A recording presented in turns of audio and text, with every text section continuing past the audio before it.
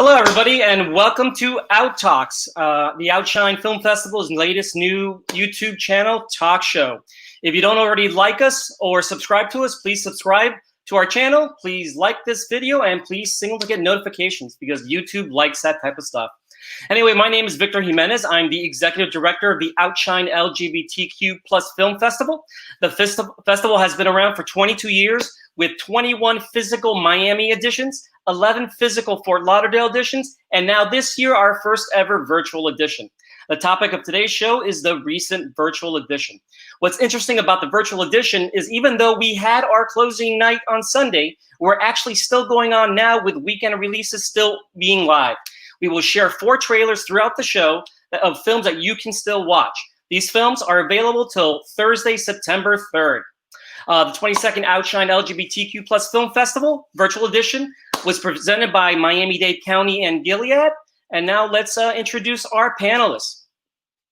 First, we have our vice chair as well as moderator of our first episode, which had to do with female representation in film. We have Jennifer Chris. Welcome, Jen. Hi. I always wanted to be on a talk show. Now we have our own. Next, we have our board secretary. She was also the moderator of our second episode regarding queer people of color representation in film. We have Ebony Rhodes. Hey, everybody. Yeah, good to see you. My favorite. Hi, Ebony. Partner. I know, partners in crime. Yeah. Next, we have our board treasurer and moderator of our third episode, which had to do with trans representation. We have Mr. Christopher Vastine. Hey, Hi, how's it going? Chris. Hi, how's it going? Hey, Jen. Hey, Ebony. Hey, Vic. Hello. A bit of self-promotion because I am part of this panel and also the moderator. I was the moderator of the fourth episode, which had to do with Latinx representation. Me, myself, and I, Victor Gimenez. Yay. Welcome, Victor. Thank you. Welcome all 3 of you. And then Victor. the next one is actually the director of programming for the OUTshine LGBTQ Film Festival. We have Mr. Joe Bilancio. Hey, all you Outshiners. Jen, Ebony, Hey, Chris, Joe. Victor. Glad to be here. Look forward to talking to y'all. And last but not least, our board chair, who this year received the Commitment to a Cause Award from our fund for his dedication to the festival. We welcome Mr. Mark Gilbert. Hey, everybody. Welcome, Mark. Who invited Mark? So exciting. What a festival, right, guys? I know. But before we get started, we're going to take a look at a clip from one of our films that you can still watch now. It's actually the trailer, and it's for T11 Incomplete, which is available until Thursday, September 3rd.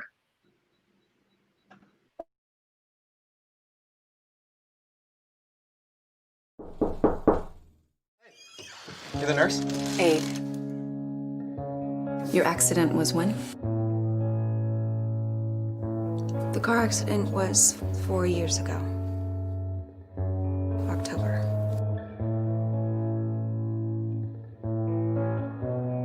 And your injuries? T11. Complete or incomplete? Incomplete. I still have some feeling.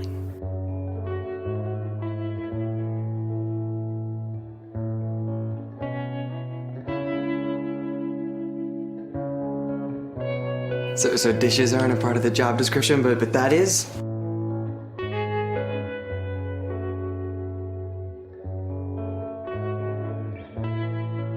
You never loved anyone, except yourself and your booze.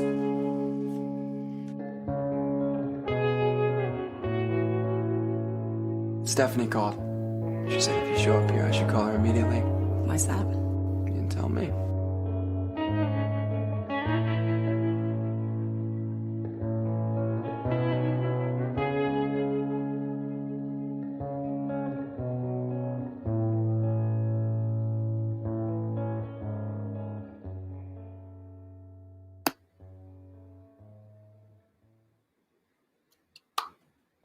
I love that film. I know. I want to see it again. That was groundbreaking. It was not only a film about a woman with a disability, but it also showcased an almost entirely blonde cast. Very important. Yeah. I wasn't sure if it was shot in California Or in Norway. Or yes, I think Sweden, actually. You never know. It's Hey, such guys, you know what makes this so incredible is think back just a few months back to like March when the world was falling apart, when we didn't know what was going to be tomorrow, when we were contemplating canceling our physical festival in Miami, which would have been our 22nd annual festival. And through those times going, what are we going to do with the festival? What's going to happen to the building of this amazing project that we all undertook and that staff did such an amazing job executing? We just pulled off an 11-day virtual festival with over 80 movies from scratch. And we did it with almost not a glitch. What an amazing 11 days. Joe, I have a question for you real quick. You outdid yourself like beyond any words that can come out of my mouth in finding us so many great movies. How did you do it? What was it like programming a virtual festival as compared to a physical festival? Well, thanks, Mark. And it's a lot of work by a lot of people, so I appreciate all the help. You know, a programming committee helped, all of you board members, the staff were all fantastic. But, you know, I always say that part of what you do is given to you. There are these what we call low-lying fruit, and it's films that everybody has, and they're easy to find. But for us, it was equally important to sort of, you know, turn over rocks and find things that weren't necessarily easy to get. And in this new economy, in this new industry, it was even really more difficult because people aren't sure quite. They keep thinking theatrical, and that's such their vision that it's really hard to sort of get them to think of other alternative ways. So it's like, you know, we're good at what we do. We always provide a great product for you. So just trust us and we'll make it happen. And we did. And there, you know, hopefully that'll show anyone else who might doubt us that, you know, not only are we viable, but we're a great opportunity to show in person, but also virtually. So it was just a matter of a lot of work and trying to find the films that made sense. The thing that was really interesting is we really do have two communities we're trying to service, Fort Lauderdale and Miami. And, you know, that 45 minutes, it might be a world of difference in some minds. And it was trying to sort of make sure that we touched on both of those markets, yet had these films that fit in that sweet spot, sort of the films that really would relate to both Fort Lauderdale and Miami. And I think we did that. So thank you for asking that question, Mark, but I hope that answered your question. I think it did.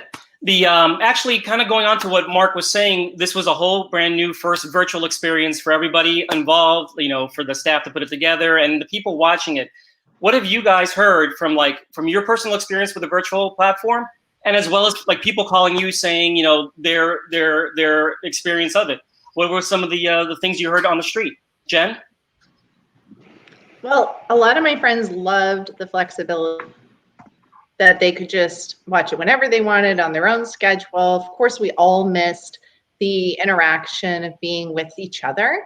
But at the same time, for those of us who are skittish about getting into a crowded theater, which often happens in our films, we didn't have that worry. So I'm still COVID-free 11 days after a festival. Definitely, I love that. I'm just going to jump in because I know Joe was talking about just kind of the nervousness of the distributors for showing the films, but I feel like what was so awesome about this festival was all the talent that we had. You know, in a normal festival, you know, we'd love to bring people in, and that's always a really awesome experience to be there. But just the content, the Q&As that we were able to put together and just have such great conversations with so many filmmakers and be able to still showcase all 80 of those films, I thought that was awesome. I heard a lot of great feedback about that. And then kind of tagging on to that, one of the things I like about the Q&As is I had one Q&A where literally we had 3 actors. One was in Bolivia, one was in Miami, and one was in New York. They were having like their own reunion part of the Q&A, and that would never happen in an actual physical festival. Chris, Was the one that was in Miami at Mark's house? Because they usually end up at Mark's house. it wasn't Kendall. He didn't. Don't be a hater, Jen. Don't be a hater. You know, there's certain How about you, Chris? What have you heard? Folks that come whipping the board. Yeah, I do want to know that, Mark, thank you so much for calling in internationally from Kendall, Florida. We really appreciate it. We'll make sure as treasurer that we reimburse you for those long distance phone calls. Yes, I'm sorry. So the Q&As, yeah, I mean, I was blown away by this, you know, just first like the generosity of our talent just to come in. I mean, I think everyone was just so eager, not only to connect with themselves, like from the the actual production or the actors, but just to kind of like promote their films, kind of have a change of pace. I think was a really exciting week for everyone. And yeah, I just was blown away by the engagement of I think I did like maybe at least 4 or 5 Q&As. And yeah, I think it was really great. I mean, I think it's the one that Ebony and I did for the transformation shorts, where I think literally we had people on like 5 different continents. I mean, it was an amazing. You did such a great job. The Frenchman really did it. Oh, I know. International presentation as well, so that was cool. You know, it was really cool. We did our first ever drive-in movie, which if it wasn't for the virus, we would have never done that. And we had a sold-out night. And I got to tell you, Vic, your question was, what have we heard? I don't think I've ever heard so many comments of when are we going to do another drive-in night again. So I just hope we can. It was just a really great night. But, going back to the Q&As, that's something that for those that don't know about a film festival, that's really, really important to get these actors to come in after their film. And flying people in from all over the world is a lot of money. And film festivals can't always afford it. Not only that, but the talent is almost always on to their next project and they're busy. So being able to get all these people virtually to come together from wherever they were on the planet just made such a difference. And I think, Chris, you said it perfectly, or whoever said the reunification of these film stars that were working together, the directors, the producers, the actors, they enjoyed it almost as much as we did. So it was just all around an incredible experience. And I think more importantly, our audience just loved being able to see and talk to hear from all these stars on what they're doing and where they're going with their work. And it lives on in YouTube. And it lives on. People can watch these Q&As. I tried it the other day. I just Googled the film. One of the films, just plain Googled it, and our Q&A came up for it. The interesting thing I want to go to Mark's point about the drive-in. One of the things I heard about the drive-in experience was people were just very appreciative to have something that got them out of the house, still made it a safe space for them, and also the retro feel of the fact that you're doing a drive-in and the whole scenario. So I think people were just happy that we were able to at least do that one physical event that still had their safety in mind, but also just had a great fun experience with the whole thing. And as for the Q&As, one of the things that we'll take forward, one of the advantages of the virtual Q&A is the fact that we didn't have a time limit. Usually in the physical Q&A, there's another film that's coming up right behind it. So sometimes we act a little bit rushed, even though we'll move the Q&A somewhere else to engage them. But at least there was a longer life to the Q&As that I think there was a lot more thoughtful information that was coming out of them. Like one of the things that will move forward once, eventually when we get back to a physical festival is, for a lot of the films, why not do the recorded Q&As and actually show them in the movie theater after the film, like an edited down version that still allows for the next showtime, but then have the longer form be in our new YouTube channel. So, I mean, there's stuff there that we can move forward, not just virtually, but also for the physical festival to make it work. Before we go to the next question, let's do another quick trailer clip. So this one is actually, our next video clip is from our jury award-winning film, Cicada. Tonight is actually the last night to watch it. This is not a trailer, it's a clip. So we'll just play it real quick.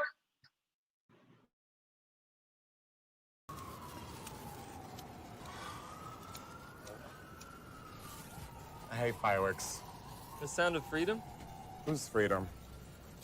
They're not fireworks, they're sparklers. How do I hold it? You gotta bend over. Oh, you got a dud. You're a dud. You're a dud. Look at this. You're a dud. You're a dud. You're a dud. Ha! You're a dud. You're a sick gay.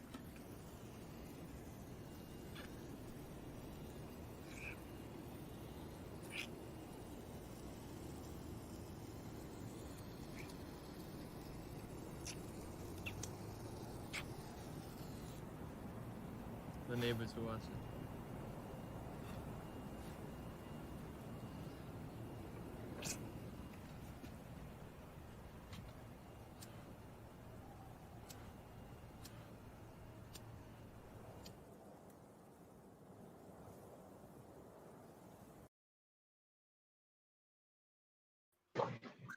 So yeah, that was a clip from Cicada, which actually is a good lead into my next question for all of you. Were there any hidden gems of the festival, like a film you hadn't watched before the festival began that you watched and you're like, wow? Like for me, there was two. One was Tu Me Manques, and then the other one was actually Cicada. Was another one that was like a pleasant surprise for me. So like kind of going around, Chris, were there any hidden gems of the festival that you discovered that you're? Oh gosh, so many. I mean, we had such a strong lineup. I got to say, this was an amazing year. I would say, what was the film that I watched that I narrated? It was to give or take. I think I just thought it was just such a really well done script. The actors were really good. You got the sense that this wasn't just like a small production indie film, even though it is. But I thought it was an amazing film, an amazing story. I mean, and then of course, the strong ones are Los Fuertes, the Chilean film. I just was blown away. Just the story was beautiful. The scenery, of course, I mean, it's just gorgeous. I have to say one more. And then I would say definitely, I'm so hoping I'm not taking this from Ebony, but I would say that the trans were just extraordinary, especially Butterflies of Berlin. I mean, just absolutely extraordinary film. I think Oscar-worthy quality. What about you, Ebony? Information short program honestly just blew me away, and I think the diversity of film and the whole program. But for me, out of that program, it was Goodbye, Rebecca and Eileen, the short by Sarah Hill. I was just like, I'm still thinking about that. It's like a story about top surgery in a way that was told that I've never heard before. So just a fresh take on kind of a kind of staple trans story, and using mixed medium, and it was really kind of visceral and eerie, and it was just so creative. So I thought that was awesome. So Joe, real quick, and we'll go to Jen and Mark for their answer to the question, but because both Chris and Ebony mentioned transformations, I mean, that was an interesting program and a very artistic, not our standard program. What was how did you create that program? Well, I think so often, trans programs become very, cut and dry or about the transition. And I really wanted to do something that sort of had a different look or a different take, as Ebony used the word artistic. And I don't want that to scare anybody because they were all accessible, but still, Krishna Obriwa was just this beautiful, voiceover of a jungle. And, so it was, again, sort of different ways to think about the trans experience or the trans life, or somebody who happens to be trans, even if the story is not necessarily about their transitioning. And so when we put that together, we just sort of, again, what would challenge the stereotype of what a trans film is and what needs to be in a trans film. And I think all of the films in there did that. Can I ask you a question? In the arc of actual trans representation in our films, has there been an increase in recent years? I got to tell you, actually, my entrance to the film festival back in 2016, and that's when I met Mark, Jen, and Vic, actually was a trans film. I think it was Uncle Gloria. Sure. But I'm curious, like over the years, have we had? I just felt like we had a lot of really great content in general, a lot of great trans content. Is that increased over the last years? Are you noticing an uptick? Yeah. Thank you for that question, Chris. It's really good. Part of it is that there's more being done. So theoretically, more being done means better work as well. And we're seeing that. But I think, again, when they first started, it was trans as a coming out story, or trans as my transition story. Whether it's a documentary or narrative, it still follows a transition, and that's sort of the impetus for the film. And now it's more about, while that may be part of it, it's really more about the trans person and their new life and their new being and their new self.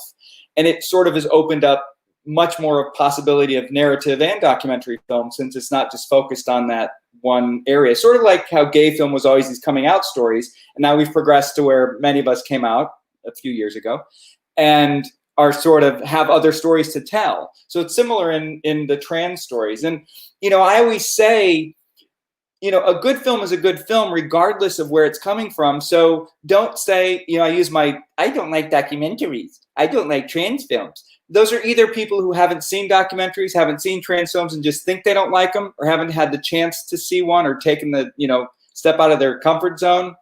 And I always say that, especially now's the time to really, you're not competing with anything. You can see a trans film because it doesn't go against, a gay film or a lesbian film. And so I hope that people took advantage of that and really sort of, again, got out of their comfort zone and saw these things. So I hope that answered your question, Chris. Mark, what about you? Were there any hidden gems in the film festival that you were like blown away by? Yeah, for sure. But I just wanted to answer Chris's question and expand on what Joe said just a little bit. We go to a lot of film festivals to scholar for films. And of course, I go every year to Berlin, not this year.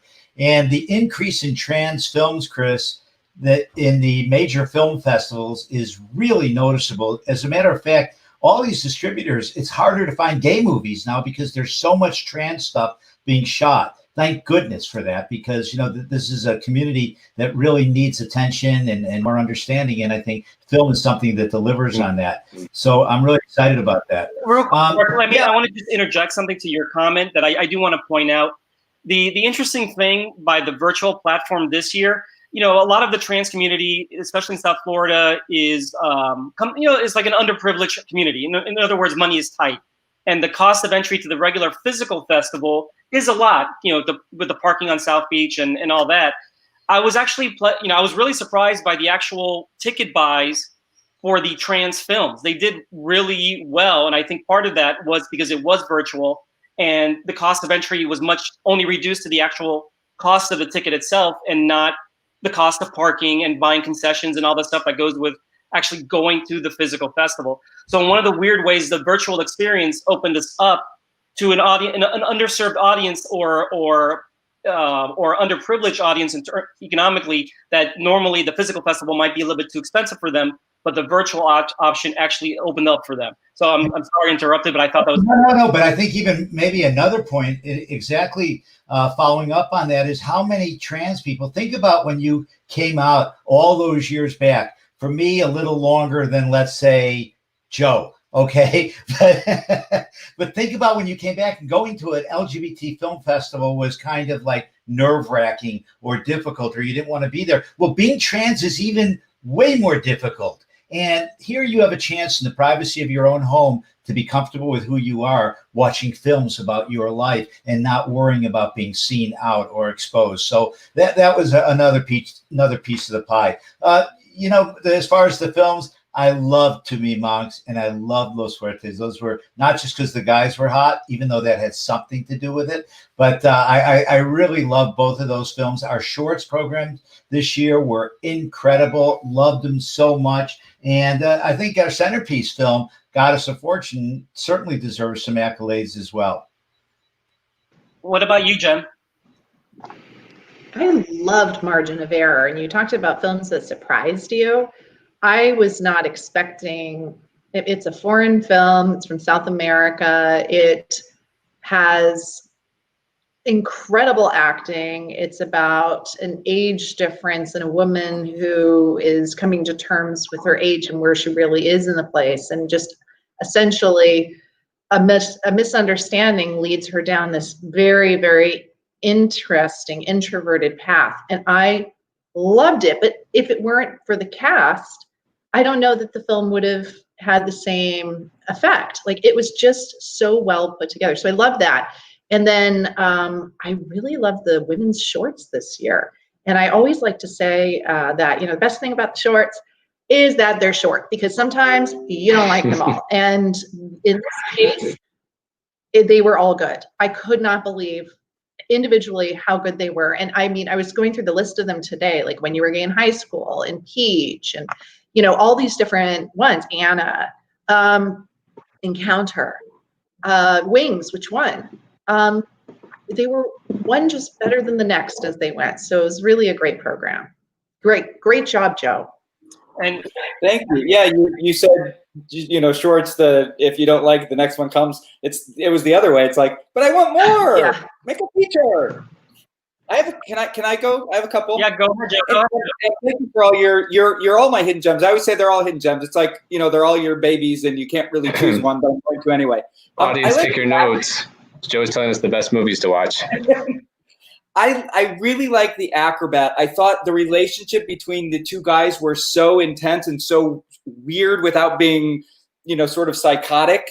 And anytime you have what I'd call hardcore pornographic scenes for 10 minutes at a time, that usually takes over. But for here, it just seemed like it really fit the story and they weren't using it gratuitously or just to do it, to get viewers. It really sort of worked and created that sort of even another layer of their relationship. I love, Chris mentioned give and take. The thing that was really rare about that film is I laughed as hard as I cried. Normally a film that takes so much time and effort into one-liners and really sort of making you laugh don't come across as that effective of getting their point, into your head. And it really did.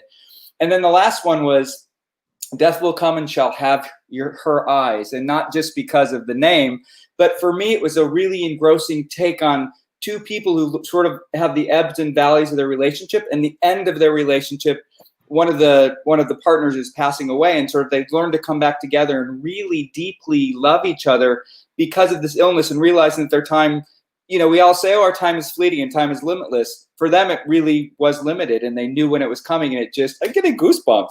Just sort of the effect that had on me it'll stick with me for a long time. No, thank you, Joe.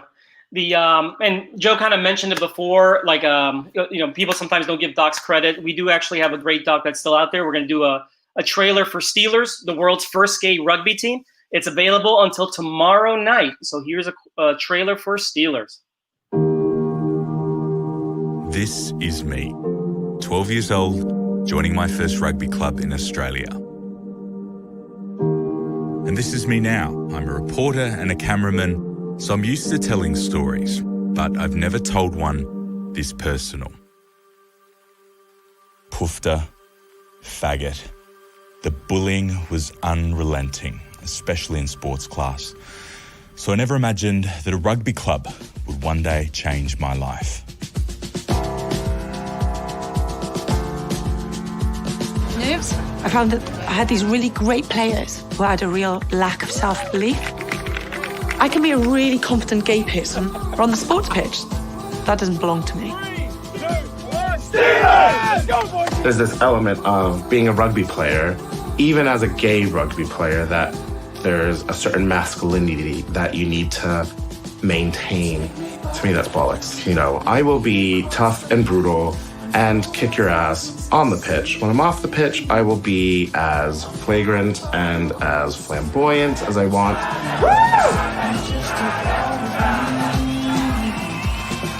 I'd never had depression before, but I was definitely at that, I was at the lowest of the low. And just when I was about to walk away from rugby, but something told me, no, rugby can still help you, then the club and this season saved my life, probably saved my life,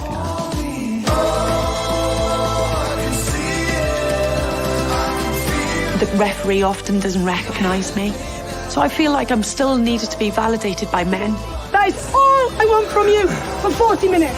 You absolutely have it in you. You've got more in that tank. So for me, this isn't a coming out story or a story about winning a tournament or even about being gay. It's a story about searching for where you belong and never giving up, because you just might find happiness where you least expect.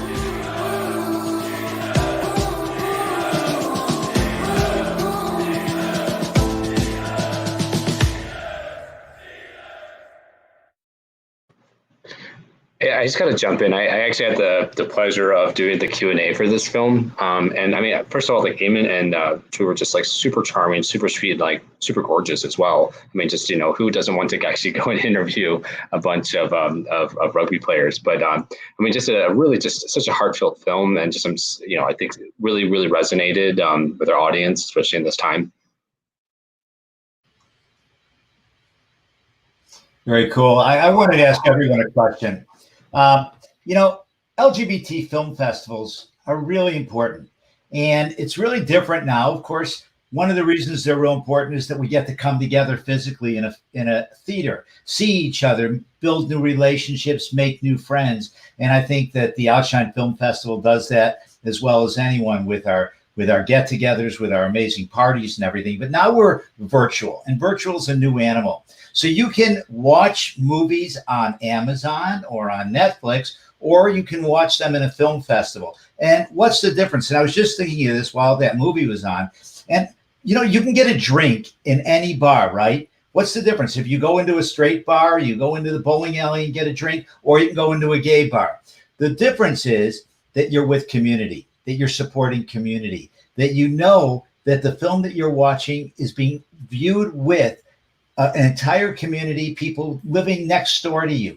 And there's something really special, at least for me, about that, knowing that when I watch a film festival movie from an LGBT film festival, I'm part of a bigger community.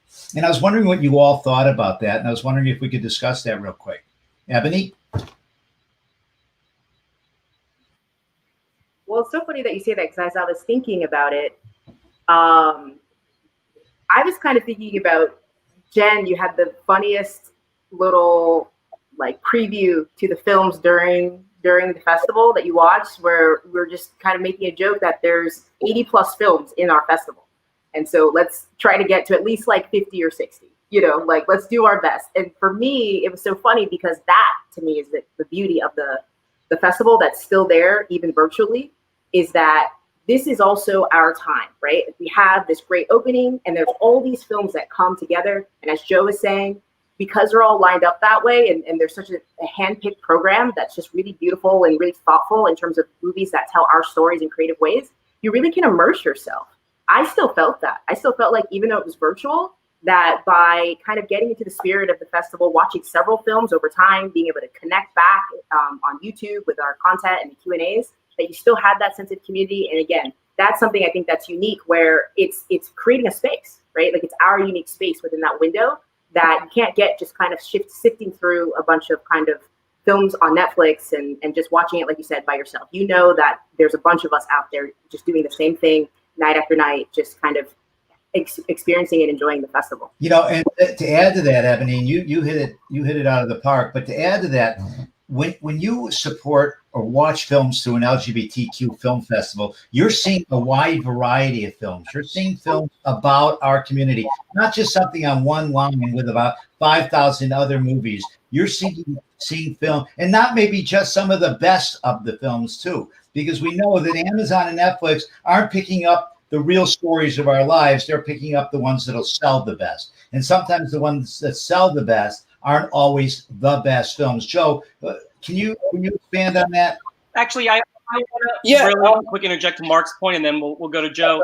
And this is actually a comment that sometimes I've gotten going to like networking events. Oh, why, there's so much gay characters and gay movies that Hollywood's releasing. Why the film festival? And I go, because the reality, and Mark kind of said it, you can tell the difference between a mainstream made LGBT film compared to a film made for an LGBT audience. There is a difference into the way the story is told and what's discussed and what's shown and that whole thing.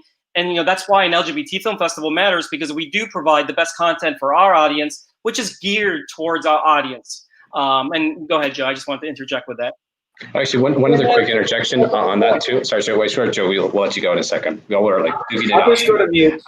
Just yell when you're ready. With this, I saw like just a story or something about. I wish I could quote it better now, but just the idea. I think your point exactly like that. That these big main studios don't necessarily do the right, or it's not truly representative of the community.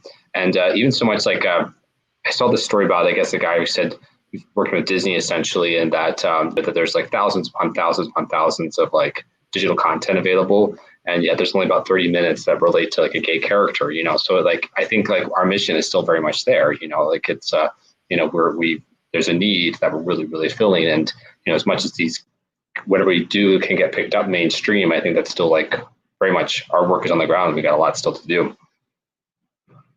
I just want to interject because I don't want Joe to talk it over today.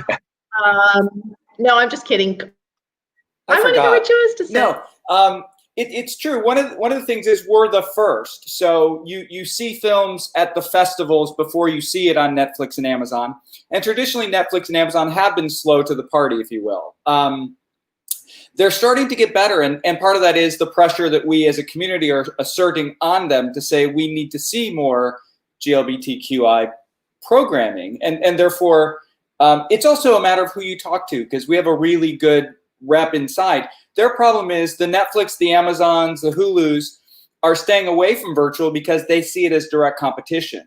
So they're not that excited about showing their things at virtual festivals first. But I think that'll change when we go back to hybrid.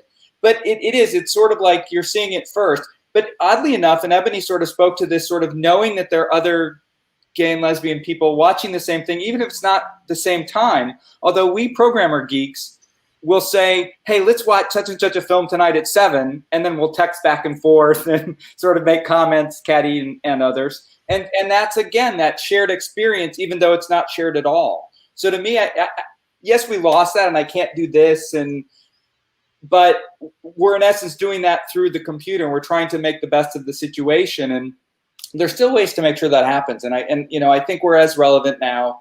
It was teaching distributors as well, because distributors haven't really known this either. So we're sort of helping them along the process to show that we are viable and that other festivals are viable, and that, this world of virtual is here to stay in some capacity. And I think it's part of our responsibility as festivals to help them along the process. So, Joe, you know exactly what I'm talking about, but I'm not going to mention the name of the film. But it was a huge film that came out, and they went and bypassed every LGBT film festival, because here they finally, after all these years of having no one to sell their movies to except LGBT film festivals, and then of course Amazon and Prime and places like that slowly came to the table, so there was more money on the table for them. They offered this incredible film mainstream and bypassed all the festivals. And that's why LGBTQ film festivals are so important, because we have to show the studios that there's an audience that wants to watch all the films that are about us through us first, and then maybe go out and go mainstream. Jen, what do you think? Well, I think that's an interesting topic. And I'm not sure if I understand which film you're talking about, and I know you might not want to say it. Oh, I'll say it. No. You can tell me later. Just put it in the chat. So he was going to reveal. But it is interesting what you're talking about with things showing at our festivals, because the fact that and a little bit to what Ebony was saying, I always think back to this one time that I brought one of my straight friends to the festival.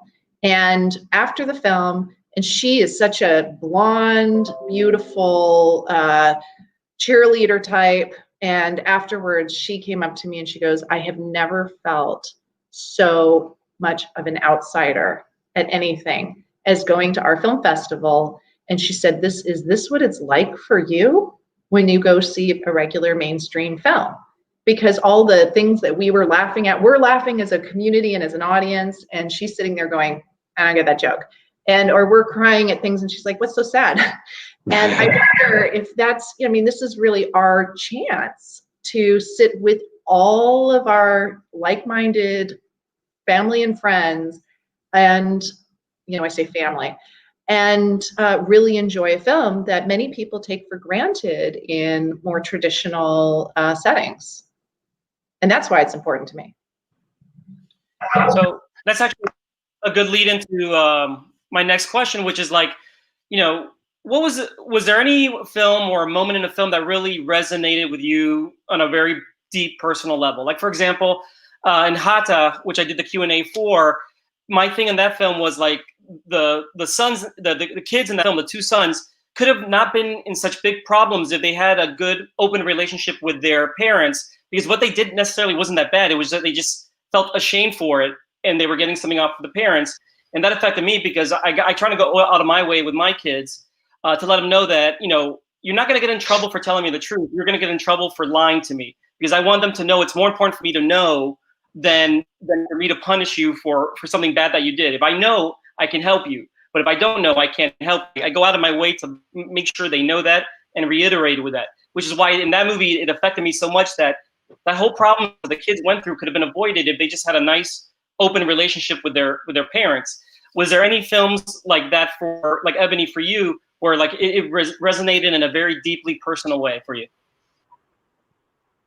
Oh yeah, I was gonna say, I think that's a perfect tie-in, what Jen was saying, just like wrapping up the importance of seeing ourselves on screen, like just our own stories. So for me, that was actually Ahead of the Curve, which is a documentary, but it was about the history of Curve magazine, which, representation, like this is the reason why I'm a part of the festival, is because you know, I was that young person that first saw myself on screen in a lesbian made movie, right? And was online trying to find other films like that, and then stumbled upon Curve magazine and was able to see myself and see our stories in so many facets. So just being able to watch the story of the amazing women that put this together and kind of all their blood, sweat, and tears and joy and just laughter kind of created this space. Watching the documentary brought me back to the whole reason why this festival means so much to me, and why I just believe so much that we have to tell our own stories, and we have to archive them, we have to document them, we have to save them, because it still is so necessary, kind of what Victor's saying. There's still, you know, young people out there now who, you know, for them, they might have that first experience at our festival and see themselves, and, you know, that's just, yeah. So for me, it was actually ahead of the curve. It was ahead of curve. How about you, Joe? Yeah, again, you're asking a question, who's your favorite child? There were so many moments, but there were three, and they're all pretty fast. But a film called Minion that took place in the Jewish culture in Brighton Beach, New York. And for me, it was the relationships that the main character built with his grandfather, with an elderly gay couple who lived in his grandfather's apartment complex, and with his community in Brighton Beach. And those were all just so special moments. Almost every interaction he had with these various people were just a really special, complete, you know, it was just a feeling. It made me happy. Even though that's not my world, he brought me into his world and allowed me to sort of join in this relationship with him. Another one was a film called The Worm in the Heart, which is this really heavy documentary about Russia and the horrors of being gay, you know, GLBT in Russia. But the segments that really struck me were he has these beautiful visuals as he goes from one place to another that are these beautiful, well-lit, and I realized that they're sort of interstitials to allow you to sort of absorb the beauty and just sort of breathe, because you were going to another situation that was equally as bad as the one you just left. So that to me was poignant. And then the film Surviving the Silence, which is basically a side note to the story, is the Margaret Cammermere, and when she was forced out of the service, and you sort of know, or maybe you didn't, that it was another lesbian who sort of forced her out, but you don't know the reason. So I've always thought, I don't know who that person is, but I don't like them. But the movie illuminates the need and the ability and what that actually did as you move forward with gays in the military. So again, goosebumps. And again, so that was sort of taking something that I might have known, but I didn't really know, and bring it to light. So those are three that really stand out.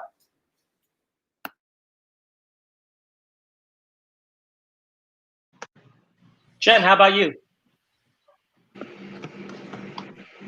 A lot of films spoke to me this festival, but in particular, the one that I always go back to, even though it was our opening night film, meaning it was so long ago, feels like a century ago. I loved Stage Mother so much because we're so used to watching our own story and our own struggle, and this is really told from the point of view of the mom. And the whole film, the way that the evolution of her own understanding, her own love, her husband's understanding, and just every moment of that particular character, and then how it ends without spoiling it. Oh, I just cried so much. I loved it. Just loved that film. How about you, Mark? You know, I got the most out of the sex scene in Los Fuertes. For me, that was very moving. I could watch it again and again and again. So that was for me and my depth of character. We had a short, and Chris, you probably remember the name of it, where there's a young boy in Ecuador, I believe, and he was probably 11, 12 years old. And he was wearing a dress to, I think it was communion or something with the church. And he had a very supportive grandmother who made him the dress, and father.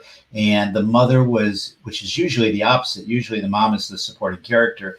The mom was just totally against it, ripped the dress off him. But here was this young, beautiful young child who knew to the depth of his core who he was or she was, and was able to fulfill the dream that he had inside, or she had inside, forgive me. And I thought that was so compelling. Chris, did you do yours? I haven't, but no, all these heartfelt things. I was going to say as a joke, though, I actually lose the movie Lose because it reminds me of the time that I met Mark when we were both in prison.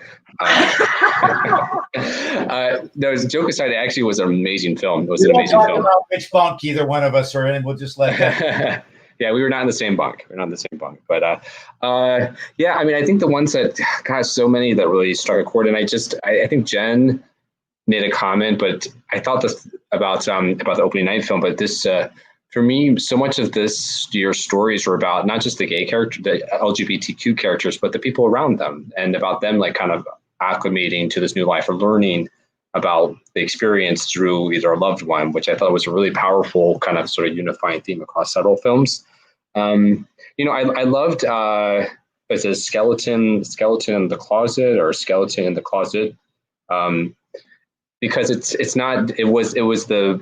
captured the moment, not the coming out moment, but like the time when you actually go back for the first time to encounter your parents or your hometown or your small town, and kind of what's that like, and trying to rebuild. And like, your parents like, well, we've already talked about that, we'll talk about it later. And the way that parents or family can try to avoid, like, once you've come out, and like how that can actually be kind of super awkward. I mean, I know that I definitely went through that with my parents. We didn't even talk about it for like a couple of years after the fact. And it's just like, okay, so it was like I was even more in the closet then than when later, and then kind of still along that lines. And I know I've already mentioned this film, but give or take, I mean, just if anyone's been through that experience, for sad part, like when you're, if your parents are gone and you have to go and actually go into their house like right afterwards, and like trying to see those ghosts and the memories, and I think kind of a couple of things, just him sort of picking up the pieces and kind of also understanding that hey, after a child is like you grow up and you go, basically graduate high school and become an adult and you're in charge of your life. Like, your parents actually have this other life as well, this other dimension to them that perhaps is like, their later years and stuff. And I think that's, I think it really struck a chord with me, on many facets, on that side. So real quick, before we go to the next question, we're going to do our last trailer. It's for a movie called Valentina, which actually is available till Thursday, September 3rd.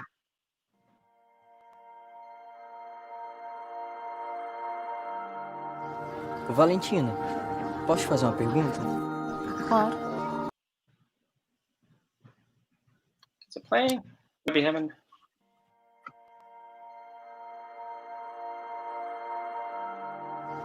Valentina, posso te fazer uma pergunta? Claro. Por que a sua família veio pra cá? Na verdade, veio eu e minha mãe. Claro, posso pra dona Vânia.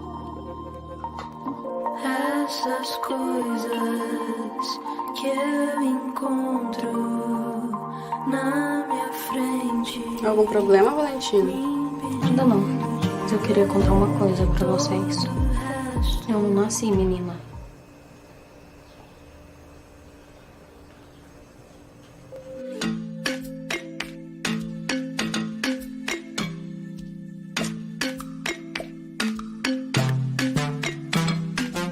Você domina todos os meus pensamentos e eu não nego que eu quero envolvimento, vai.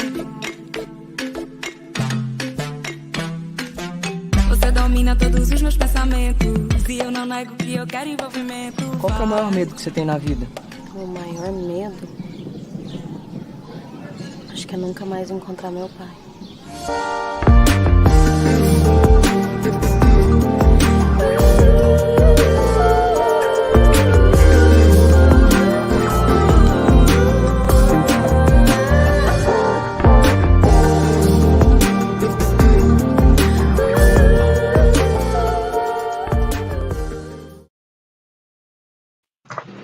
All right, and then we're almost here at the end. I just really have one last question for everybody around the room.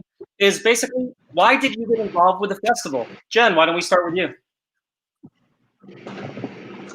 Well, in 2005, I think, Jane Lynch was coming to the festival.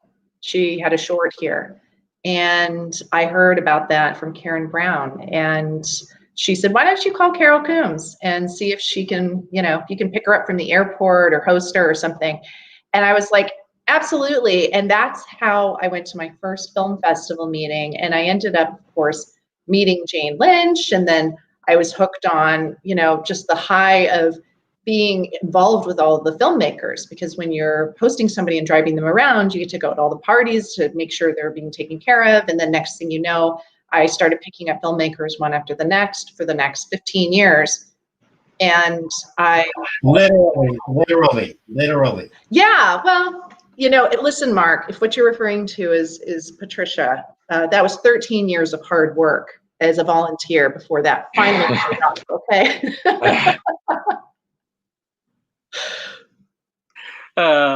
What about you, Mark?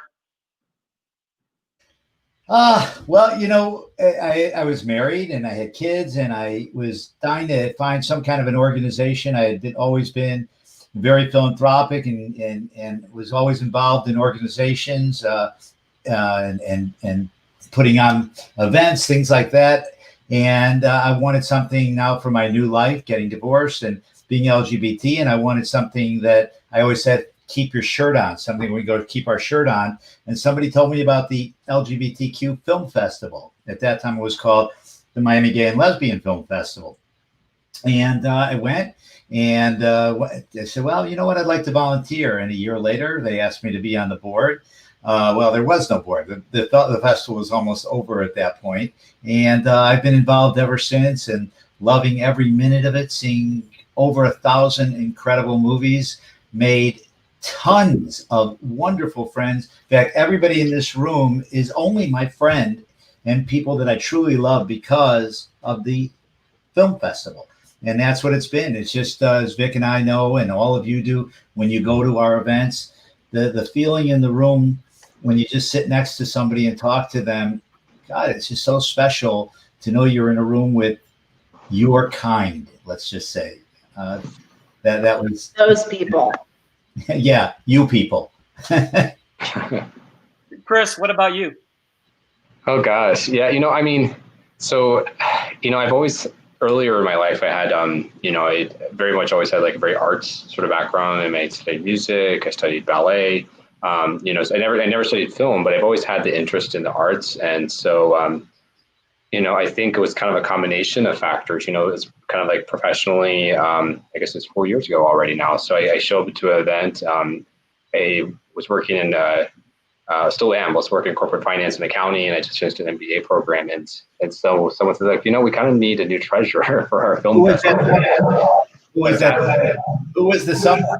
I think it may have been a combination of Mark, Jen, and Victor. But I was actually the treasurer at the time, and Mark thought that girls don't do math. So that's the origin story. So I think for me, it's just, it's been an interesting sort of like combination of sort of like be able to bring some professional skill sets and expertise, but also, things that I've always been really passionate about, like the arts and, expressing ourselves that's kind of how I got involved. But I'm very, very, very happy, and really just, I always say that these are my two favorite weeks out of the year. I guess now it's just been one, but still a major thing with the first one. I just always loved the content, and this is the reason why we work so hard and we do all of our volunteer and we do for the festival. Ebony? Yeah, I think I kind of touched on it a little bit in my last comment, just about how important representation is to me.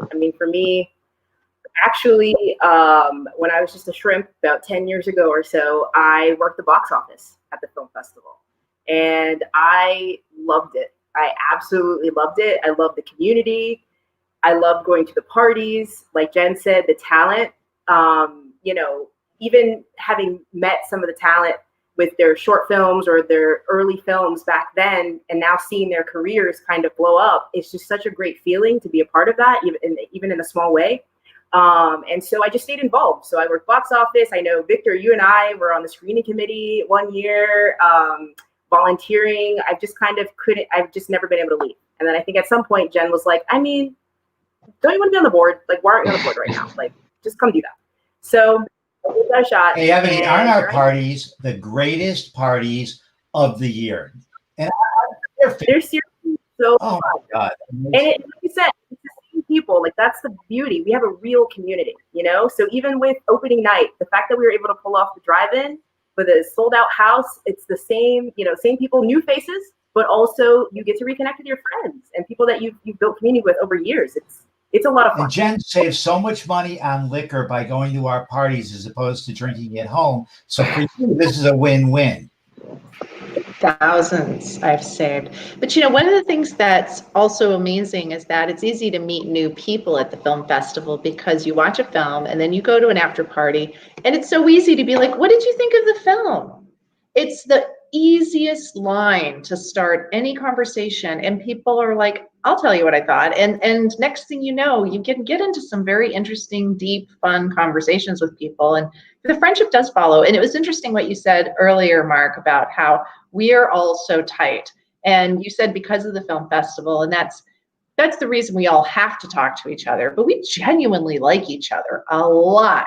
And we see each other separate from the festival. So, I'm grateful to the film festival for introducing me to you, Mark, and to Ebony. I've seen you when you were at the box office, and I always used to watch you walk around with Brittany a little bit, and I'd be like, who is that? and then Chris, it was a simple, situation when I met you at that event, because it was like, yeah, I've been doing way too much accounting. It's time we find another sucker for this. And then Joe's one of my favorite people to talk to on the phone, because whenever I'm like, I don't know about this film, then he explains to me why I should like it. And then actually a lot of times I watch it with a different lens, and I really do like it afterwards. And then Victor, you and I were on the screening team together, and you were running it back then. This is way back. And I loved you from when you came in with your diet green tea and your little snacks and your grapes and stuff, and never stopped loving you. So I'm really happy to be a part of this team. Excellent. And then Joe, what about you? Why do you still stay involved with us crazy people here? Yeah, no, that's actually funny you say that. That's one of the things I've done this for a long time, and for various people. I've been here now 7 years, so I'm fortunate enough to say that. But one of the reasons is that everybody cares. Quite often a board is a board in name only. They don't really do things. They're like, why are you calling me? And this board, not only the people, Mark, Chris, Ebony, Jen, Victor, the people who you see, but there are other board members as well. These 4 people did a yeoman's amount of work. For those of you who don't know, that means a lot. Doing the Q&As and literally what we did could not have been done. We pulled off a major feat in a short amount of time. We have wonderful staff, Alexis, Dave, Victor, but also the board as well. So thank you for accepting me. But I feel like it's a part of it. Quite often a contractor, somebody who isn't there all the time, can feel left out, and I've never felt left out. I really appreciate it. It's not only the love of film. You all love film. That's another thing. Boards don't always. They may love finance. They may love what they do in their real world, and they're just bringing it as a token. But you all really love film, and I think that's evident in what you said today. So that's one of the reasons I feel like I'm treated as part of the family, and it's just a really great opportunity to show my love for film. And then I think we all have that same sort of high of watching an audience who laughs and giggles and cries, and that's what it's all about. But to be able to do that for an organization that really does care about their patrons and their staff well, I think that says it all. I did want to footnote kind of the comment that Joe made about just we do have an amazing staff and just really talented, really inspiring. Yes, Alexis, Steve, Dave, Victor, of course, Joe. I don't know. I feel like I maybe missed someone, but I'm definitely blown away with what they were able to pull off, each in their respective areas, to make this happen so quickly. And for sure, it's very much an inspiration. And Mark too. I mean, Mark, the amount of hours that you put into this. I know I'm kind of quoting Jen here, but just it's you're just like the driving force of this organization, and we're very, very grateful for everyone. Thank you. And then real quick, the person you did miss was actually David, the festival manager. Okay. I may have said that very quickly, but yes, David, of course. Dave. He said Dave. I'll kind of end it with why I initially got involved with the festival because Edwin had a documentary. He got to meet the previous executive director.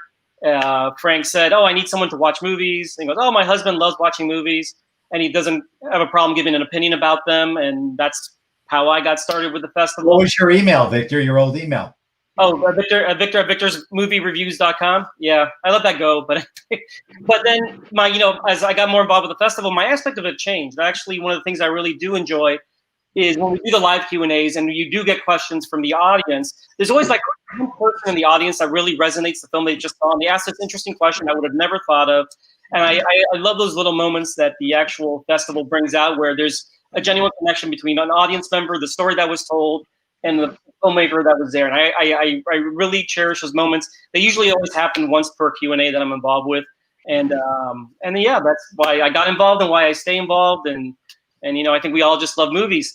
I think with that being said, we've had a nice long show. I think we can all say our goodbyes. We'll end with the festival spot. And then that's it, everybody. Love you all. See y'all soon. Right, thanks, Victor. Thanks, everyone. Smell you.